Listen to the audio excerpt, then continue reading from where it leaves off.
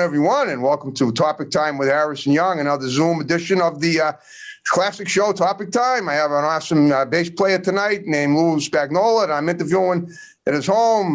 But before we get to him, got to read these great underwriters. We don't have a lot tonight, but they're all great, so we read them off, and then we proceed as usual. So we got Genuine's Inspection in Middleborough. We got Vape Solutions in East Bridgewater. We got Maggie's Cuts in Kingston. We got Ocean Street Auto Repair in Marshfield.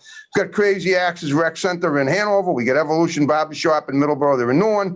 We got Pacini's Pizza in Middleborough. They deliver. We got Pembroke Radiator in Pembroke. We got New England Floorscapes in Middleborough. We got DNS Auto Works in Abington, right here on Route 58. We got the Gun Runner LLC in Middleborough, dedicated to your Second Amendment rights with customers and friends. We got the Cornerstone Barbershop in Pembroke. We got the Carver Jewelers right here in the building, Ronald Aaron Lyle, Delano Goldsmiths. I want to thank you guys very much. And now on that note, I'll officially introduce Mr. Lou. I can't. What is your last name again? I'm sorry. Spagnola. Come on, it's not that big. I know. I can't believe I forgot it. Spagnola. I know it was What Italian. kind of a guest can I be? I know. I'm sorry about that. No one can remember. I play an instrument nobody cares about. Well, I got it. I caught myself. That's okay. I'm such a fool for doing that, but we'll be okay. That can happen sometimes. It's been a wild and crazy day for me. All right, Lou Spagnola, I want to thank you for being on my show tonight. We've been talking about getting you on for a while, and it's a pleasure having you here. And you performed with some pretty big names and bands whose names I can't even remember, so don't feel bad. Even though, I know the names of the bands, just some of the members. I probably can't remember them either. It's okay. I understand. Okay. All right. Well, like I do with every guest, regardless of whether it's a Zoom show or whether you're here in person, I try to find out about what you were like as a kid, growing up. Where did you grow up? How did you end up getting into music? And tell me about that. Tell me about what other things you did to aspire to what you're doing now. And then if I have any questions, I'll bring them up, and then we'll move forward to, later years and then the future. So go ahead. Start with that, please. So I was young, and my mother loved music. So anytime I'd be driving around in the car with her, and I'm talking, when I was really little, early 70s, my mother would always have Motown on, and she'd have on what's now classic rock. And so I grew up on that, and then I had my own radio. So I'd be listening to WRKO, WMEX, basically what's now Those are AM stations, though. Yeah, that's AM Gold, really. That's what I had. True. I used to listen to that too. And you're talking about, you were born in '68, weren't you? Yeah. So Dale Dorman, and Dale Dorman, I know, he was one of the best. Yeah, it was one great song after another. If you remember, like what '70s radio was like, it was just the cream of the crop, because you got what was new in the '70s and you got the '60s, and so I grew up on that. And then my mother would have, my mother had hundreds and hundreds of records, 45s, albums. And so I would listen to her. She'd be listening to like the Beatles, the Animals, all this great stuff. And so between what I liked and she liked, I just was like a music addict. And then I actually, once I got into Led Zeppelin, it was John Paul Jones. I wanted to be a bass player, and that was the end of it. It's the only instrument I play. And I love doing that. Okay. So that's really it. That's how it really happened. It was because listening to the music my mother listened to driving around that really made me into just a music addict. Okay, where did you grow up anyway? Exactly. Revere, Massachusetts, home of the first public beach in America. Revere? Yeah, did you know that?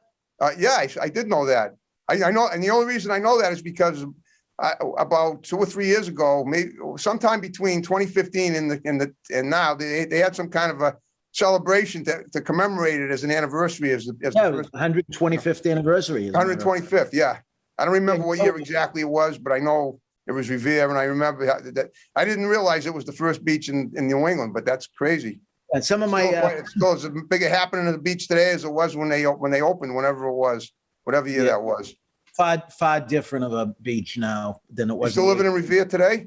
Yeah. I'm living in. I'm an owner of my parents' house, so cool. Yeah, but I've it's been there. I owned my grandparents' house for 28, 24 years. you know what? And, And Revere, as my you know, current address in 2008.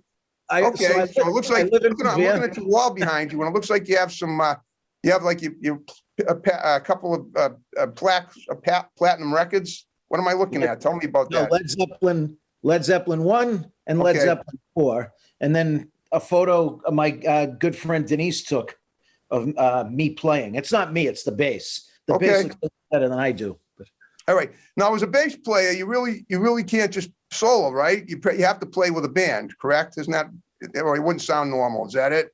you know what it is? It's a misunderstood instrument. All right. And it's like, if you're really doing your job, nobody is going to consciously notice what you're doing except other bass players. But we are really the ones responsible for making people tap their feet and move. Oh, I know. That's absolutely right. So how come? So is you say the bass is the only thing you ever played? You never played anything else? No. Okay. Well, I did play the clarinet in the fourth grade, but right, I did too. I played the tonenet in the fourth grade, and I played piano for 7 years too. But as a bass player, I mean, you have to be inundated into a band at some point. I mean, basically from the get-go, right? I mean, what did you take lessons? How did you learn to play it?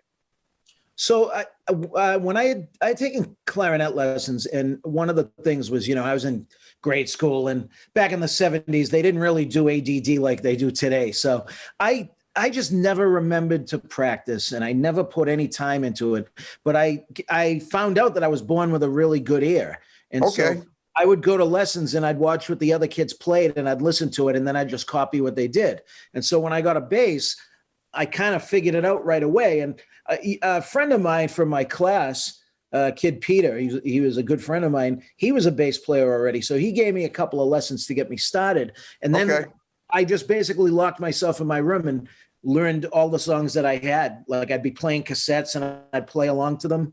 Okay. And so that got me started. I mean, I wasn't good, but I at least could play.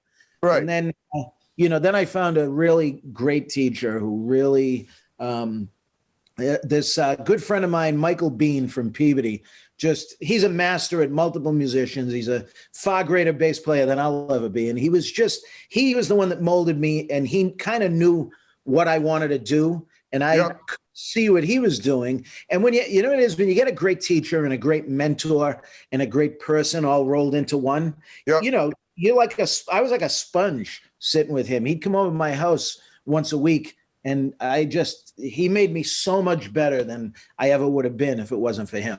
Okay. Now, how old were you when this was happening? I was with 20, as a matter of fact. 19, just turned 20. All right. So we're talking the late 80s then. So by the time.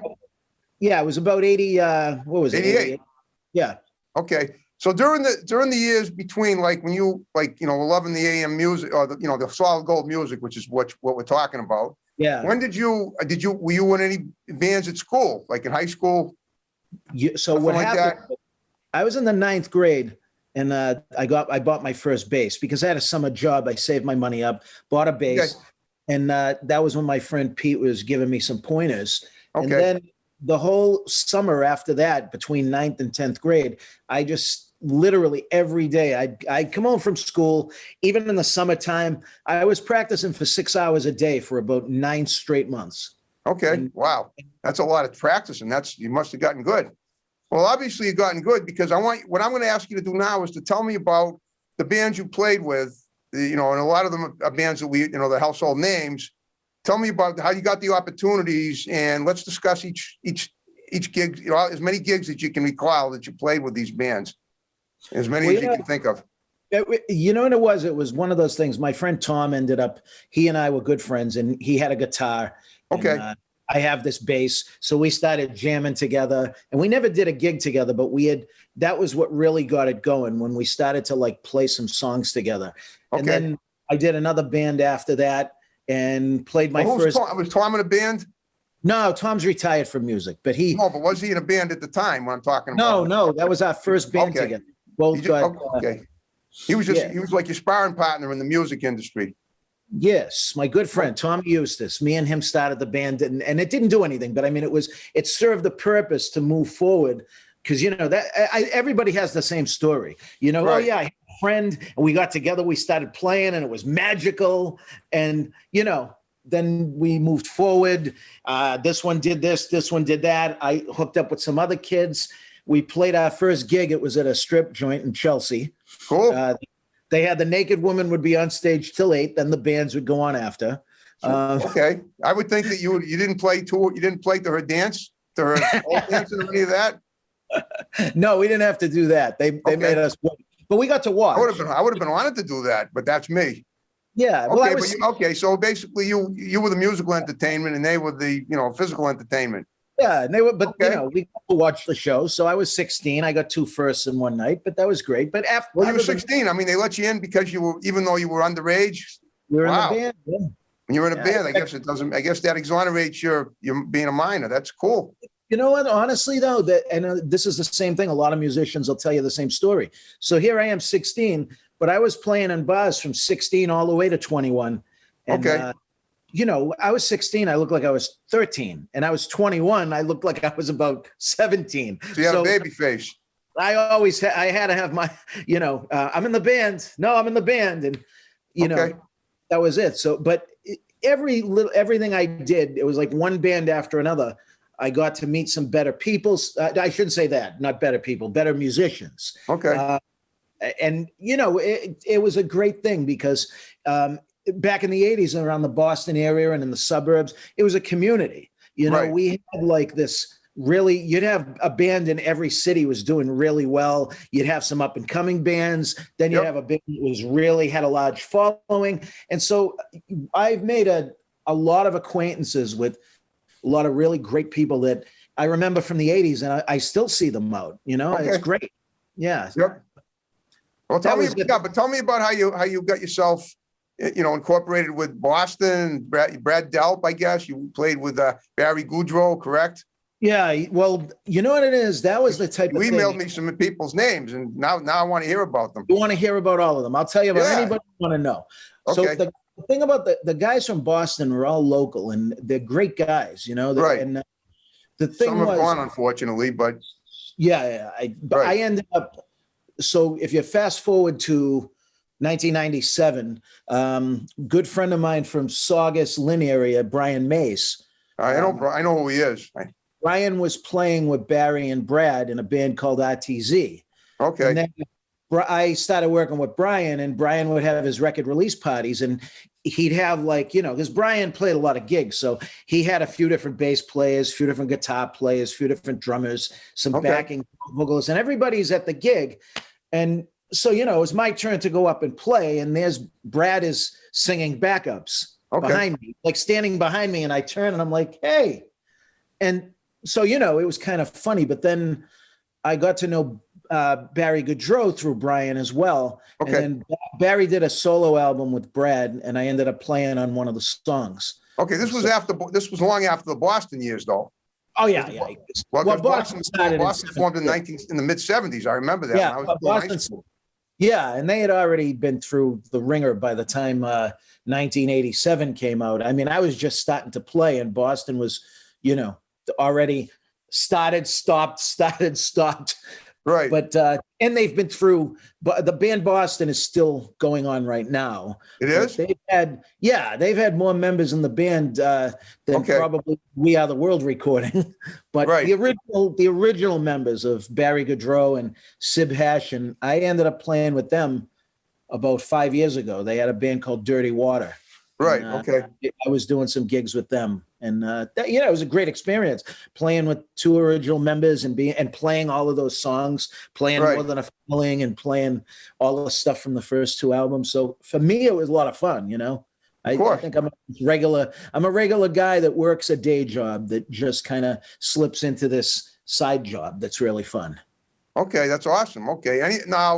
Yeah. Who else did you accompany? As a bass player, any other names from Boston or anywhere else that were big? Now, you mean the city or you mean the band? What's that? You mean the city or the band? It gets The confusing. bands. I know. When I said Boston, I meant the band, but I mean but I also met people from either, from bands from either Boston or other places that you've worked with besides Boston. Yeah, you know what?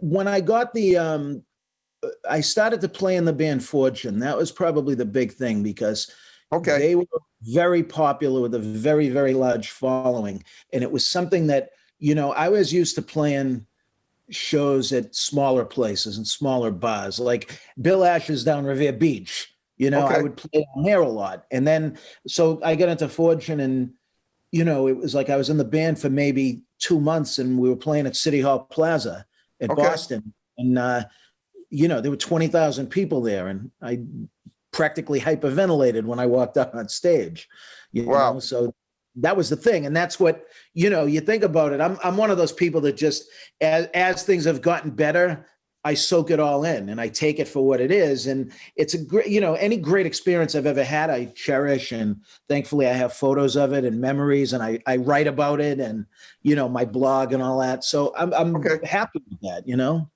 Great. But that is awesome. It was when I got into Fortune, that led to working with Brian Mays. And then working with Brian Mays led to me meeting Barry Goudreau from Boston and working with him. And then that led to me meeting the guys from the band The Fools. And then I did 7 years. Fools, yes, I know. Eddie Gerard. Mike Gerard, yeah. Mike Gerard. Okay. But that was the thing. I got 7 really good years with those guys. And, it was the same thing. Then next thing you know, I got to headline the Hampton Beach Casino. Okay.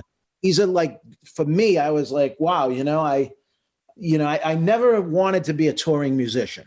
Like I didn't want to try and make it because I don't like I'm just a homebody. I didn't want to go on someone else's schedule, get on a plane, because friends of mine were touring and they'd be gone for 6 months and I'd be, you know what? I just want to go to work. I want to come home. I want to go hang out with my friends and I just want to live a normal life. And so for me to be able to say that I got to play with some better musicians and some bigger musicians and then, be on albums and hear myself on the radio. Exactly. Hear yourself on the radio, see your name on the album covers. Yeah, I never really thought that would ever happen because I didn't put myself in a position for that kind of success. And, it's just more about everything else, making relationships and meeting people and nurturing the relationships and getting, when people they put their trust in you, I guess is the best way to say it. That's true. When they hire you. And so I don't ever take that lightly. And that's why I've learned I try and help everybody I can. And if somebody is looking to get a gig or if somebody's looking to do anything, I try and say, well, this person, what can I do to help them? Because they're trying hard, they're paying their dues. And, so that's kind of where I'm at, I guess, what I've carried forward. Yeah, now and even then to try and carry it forward and just, I always want to play. I always want to have good gigs. I always want to play with good people. And, I always keep my phone open in case somebody calls and needs a bass player for something. And how's that going today? What does your current schedule look like now? Well, it's the way COVID has really started everything. It's getting better. I mean, the infections are dropping. Yeah, you know what it is? The sad thing, though, is that the residual effects of it are obviously. Yeah, a lot of clubs had full schedules and, Thursday, Friday, Saturday. Now they're down to just Saturday. A lot of places closed. A lot of places are like, yeah, we're not going to stop music yet. Some other places are like, yeah, we're just going to do acoustic duos for now. So it really kind of cut into the whole schedule where everybody's fighting for the same gigs. And, in the case where the bands I'm with, I do all the booking. And so I always try to stay a step ahead or to try and do some different things. A friend of mine always said, if there's a line at the front door, you got to find another way in. Because that makes sense. It's not about not wanting to stand in line, but it's about, in a business that really rewards differentiation, if everybody sounds the same, then why are people going to want to really come out and see you? So you I understand. You got to be unique. You got to stand out. Yeah. And, we didn't, Fortune didn't reinvent the wheel. We used to do original music, but now we're more of the ultimate cover band. We play Boston, Journey, Queen, songs that other bands might not play, vocally challenging songs, a lot of harmonies. And, you know, it's a great group of guys, and we've managed to get some really great gigs over the years. And so I'm thankful that we're still doing that, you know. Okay, how about originals? Do you have your own original stuff too? I never wrote. I only co-wrote, or like when you probably the best part of writing for a band is when everybody gets together and it's like, okay, what do you got? You jam out a song. Somebody comes up with you know, some idea lyrically, and you just keep doing it. You keep building it, and you get to see it. It's like a mountain that keeps getting taller. And then all of a sudden the song is together, and you say, wow, I don't even remember it in the infantile stages because we put all this work into it, and here it is. And to me, I don't know if did you see the Beatles, the Get Back special that was just on? Well, I know that this is the anniversary of when they came to the country 58 years ago today. I remember it. I was 5. No, I was 4 and a half. 4 and a quarter. Today. Yeah. They just did you know, it was on the Disney Channel. They just did this thing with you know, they went back and looked at the Let It Be footage, and Peter Jackson put it together. But one of the great parts was seeing the Beatles. Okay, they had no ideas. So here we are. Okay, we're going to do a new album. All right, let's kind of take it back to the egg. Let's you know, get less intricate.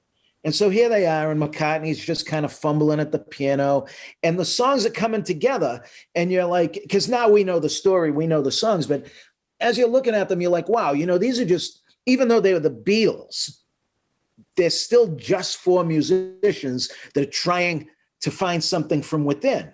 And, you know, Paul McCartney, as great a songwriter and prolific as he is, he's like just, you know, la, la, la, la, la, la, and he's trying to come up with something. And the other guys are trying to play along with him. And I'm like, you know, we can all relate to that, all of us musicians, because that's what creativity is. When you can see somebody that has an idea, like even a little seed of an idea that's going to be a tree one day. And right. That's what I think. Every musician has their own way, their own style, but it's the reward of knowing we put in all this work and we came up with something, you know? Right. Okay. So when you co-write with your band members, do you do originals or just cover stuff? I'm just, you know. Yeah, we do. So Fortune had 2 albums that came out in Japan before I was in the band. Okay. And, I always like to joke whenever I join a band, usually the Titanic's at a 45-degree angle. And okay. No, that makes sense. You come in at an angle, but you know, you're a big part of the machine, but you're a team. You're a member of a team too. But we've written a bunch of songs over the years, and you know, in one stretch, we just kind of every Tuesday we showed up and we just turned up and record, and it was, let's try this, or hey, why don't we do a B there instead? You know what? Let's make that section twice as long. Let's make that section half as long. Why don't we take the chorus from that other song and let's put it here because it works better? And it was everybody just kind of putting their input in. And we did that for months, and we came up with 20 new songs. Wow. And, you know, but then things went awry. You have to be careful when you perform another. If you sound, what I understand in music, if you perform something that sounds too much like someone else's stuff, you get in trouble. When George Harrison wrote "My Sweet Lord," he got in trouble with the Chiffons because it sounded too much like "He's So Fine," and I don't even get that. I don't think it sounded that much like it. But you know what I'm saying? You don't want you got copyright stuff all over the place that you got to deal with. It was part of it was the melody, and then part of it was. There was it's a note change that he did the same exact note change. You know, it's like, you know, hallelujah. Yeah. Still, I don't know. Dulang, you know? And so, but you know what? He had the last laugh because he ended up, after he settled, he ended up buying the rights to the song. So George, at the end of the day, if I'm not mistaken, he owned the rights by the time he passed away to "He's So Fine" and "My Sweet Lord." So he ended up, you know, he was George. He was great. He did okay anyway. Oh, I know. Yeah, I'm always hearing about that though. Is that if a song sounds too similar to another song, you gotta take some, you know, legal steps to make it illegal. It's very hard because if you think about it, so there's 12 notes. Yep. And they repeat themselves. So you got 12 notes that just keep repeating.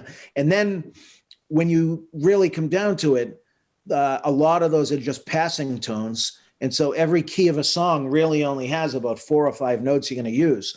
And Okay. so when it becomes a math equation, because then you say, all right, so I'm going to go from here to here, but somebody's already done that. And then you say, well, I'm going to go from here to here. And it pretty much in popular music, it's all been done. And so you just have to hope that what you do at the end of the day hasn't been done too closely to what somebody else has done. I know, that's true. Well, guess what? We're down to the final 5 minutes. We made it go by. Oh, we weren't going to have a problem. We might have to extend this. Well, I know, no, we won't have to extend it. We covered a lot of stuff, and we're going to look at some pictures that you have, as you know, when the show was edited finally. So, like I said, what I want you to do is to just look at your computer and give shouts out to your bandmates, friends, family members, and then we'll wrap the show up the way we started it with my music. So, go ahead. Well, I know that you are down in the Carver area, and I have my South Shore cousins, the Bonos and the Politos. I'd like to say, hey, okay, what's going on? But it was nice that when we put the link up, a lot of people said, hey, I'll be watching that, and so it's nice. My friend Matt, there's Anthony, Laurie said she was going to watch it. My cousin Lisa, my friend Rich. I'm looking at the list now. Marcos, like Miss Jean on Romper Room. I love it. Yeah, all kinds of people. Pam, and hey, this guy Harris and Blake Young said something. You can have that song Allison by what is it? Elvis Costello. Yeah, you could do your theme song. Could be Harrison. No, but you know what? That's a perfect example of how I'd get in legal hot water, because he already did it. No, my music is copyrighted. That's what I'm saying. Elvis is the kind of guy that would sue you. He would sue you. He'd find you. But no one's going to sue me now, because my theme song is mine. I bought it. I didn't buy it. I was awarded it. I didn't even have to. I just copyrighted it. All right. Well, listen, if you had a good time with me, I know we might have messed a few things up, but what I want you to do is tell some of your friends. I'd love to get Brian on the show. I'd love to get Barry on the show. Tell them what a great time you had, and maybe they'll do the show. If not, there's always other people that will do it. But you know what? I'm going to pass it on, because I know Barry's wife Connie will be watching this. So, okay. Yeah, all right. Well, I've been getting more guests from word of mouth than ever before. All right, Lou Spagnola, you ready to wrap it up? Ready to wrap it up. Okay, folks. Thanks for watching Topic Time. More great episodes to follow. Have a good one. Bye-bye.